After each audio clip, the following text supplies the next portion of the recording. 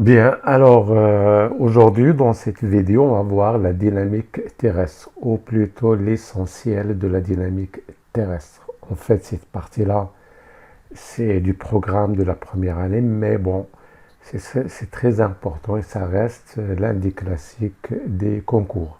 Bien, alors pour commencer, bon, je vous rappelle que bon, dans cette partie-là, dans cette vidéo, on va voir les définitions et bon, dans une prochaine vidéo, on va voir les applications, évidemment, dans le domaine de la dynamique terrestre. Alors pour commencer, eh bien, je vous rappelle tout d'abord ce qu'on appelle le champ gravitationnel. Et puis un astre, par exemple, eh bien, supposé sphérique, donc à symétrie sphérique homogène, c'est ce qu'on va considérer tout le temps. Eh bien, créons un point P de l'espace à une distance petit r de haut. Eh bien, un champ gravitationnel J de P, évidemment attractif, qui est égal à moins Gm sur R carré U. G étant évidemment la constante de gravitation, bien la constante gravitationnelle. Bien. Alors évidemment, en P, c'est bon, on place un corps de masse M, il va subir la force Fg qui est égale à M fois le champ. Donc on retrouve bien là la force gravitationnelle.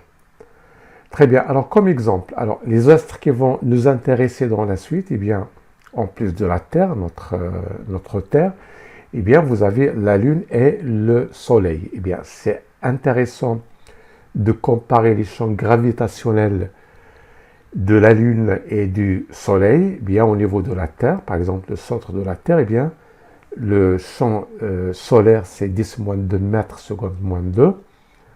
Et celui de la Lune, eh bien, c'est 3-5 mètres secondes moins 2. On voit nettement que, de point de vue gravitation, eh bien, le champ gravitationnel solaire l'emporte évidemment sur le champ gravitationnel lunaire.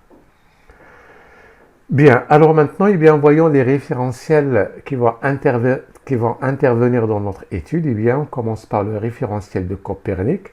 Eh bien, c'est un référentiel lié au centre de la masse du système solaire qui coïncide pratiquement avec le centre du Soleil, évidemment, donc des approximations près.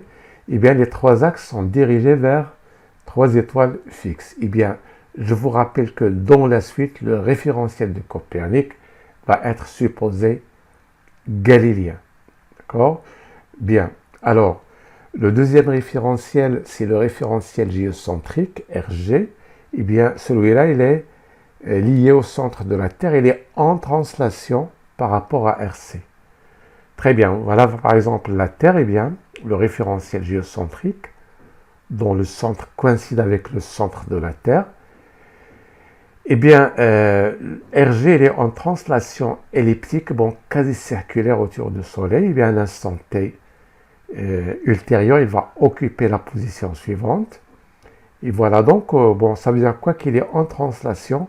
C'est-à-dire tout simplement que les axes de RG resteront parallèles à eux-mêmes au cours du mouvement de la Terre. Par exemple, si on prend cet axe-là, voilà, dans cette position, elle est parallèle lui-même, donc, et voilà aussi, donc c'est tout le temps parallèle, c'est bien en translation.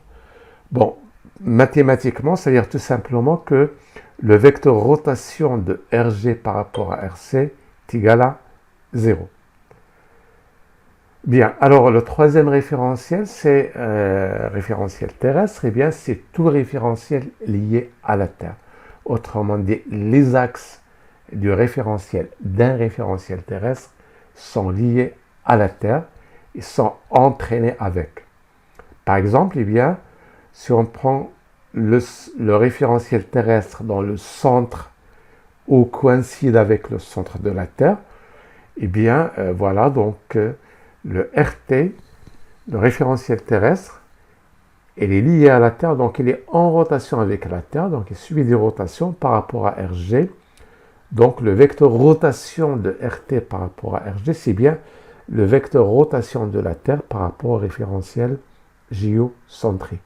Donc dans cette illustration ici, bon, on peut comparer évidemment. Ici par exemple, vous avez le référentiel RG qui reste tout le temps Donc en translation, voilà.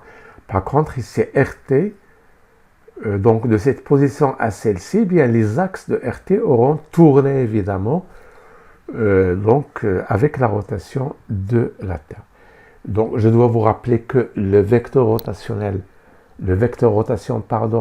du référentiel terrestre par rapport à RC, si on applique la composition des vecteurs rotation, c'est bien le vecteur rotation de RT par rapport à RG plus le vecteur rotation de RG par rapport à RC. Et bon, évidemment, RG étant en translation par rapport à RC, donc ce terme est nul, et bien d'où l'égalité, donc la relation suivante. Le vecteur rotation de la Terre ou bien de R terrestre par rapport à RG, c'est bien le vecteur rotation de la Terre par rapport au Soleil, c'est bien en module 2π sur T avec T pratiquement 24 heures. Très bien.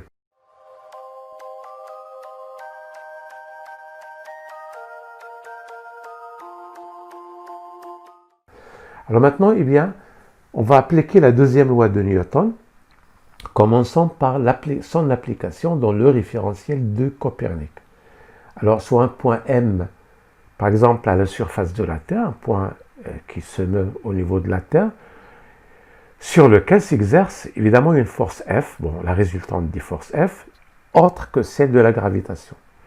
Évidemment, sur M s'exerce l'attraction gravitationnelle terrestre, donc la masse fait le champ gravitationnel terrestre, mais aussi la force gravitationnelle due aux autres astres, principalement la Lune et le Soleil. Par exemple, ici, si je m'intéresse à la force gravitationnelle due au Soleil, eh bien, c'est une force attractive, évidemment. Et voilà donc, si on applique la deuxième loi de Newton, RC étant galiléen, donc m fois l'accélération, le m dans RC, c'est bien la somme des forces, à savoir, eh bien, F plus force gravitationnelle de la Terre, mais évidemment plus celle des autres astres. Très bien. Alors, dans le référentiel RG, géocentrique, eh bien, voilà, donc on a toujours notre point M sur lequel s'exerce la résultante des forces F, en plus des forces de la gravitation. Donc, on peut toujours écrire, eh bien, c'est F plus la somme des les forces gravitationnelles. Très bien. Mais attention, ici RG n'est pas galiléen, donc il faut ajouter quoi? Évidemment, il faut ajouter les forces d'inertie d'entraînement, force d'inertie de Coriolis, et bien du coup, eh bien voilà, maintenant, la deuxième loi de Newton dans RG s'écrit de cette façon-là, avec en tenant compte des forces d'inertie.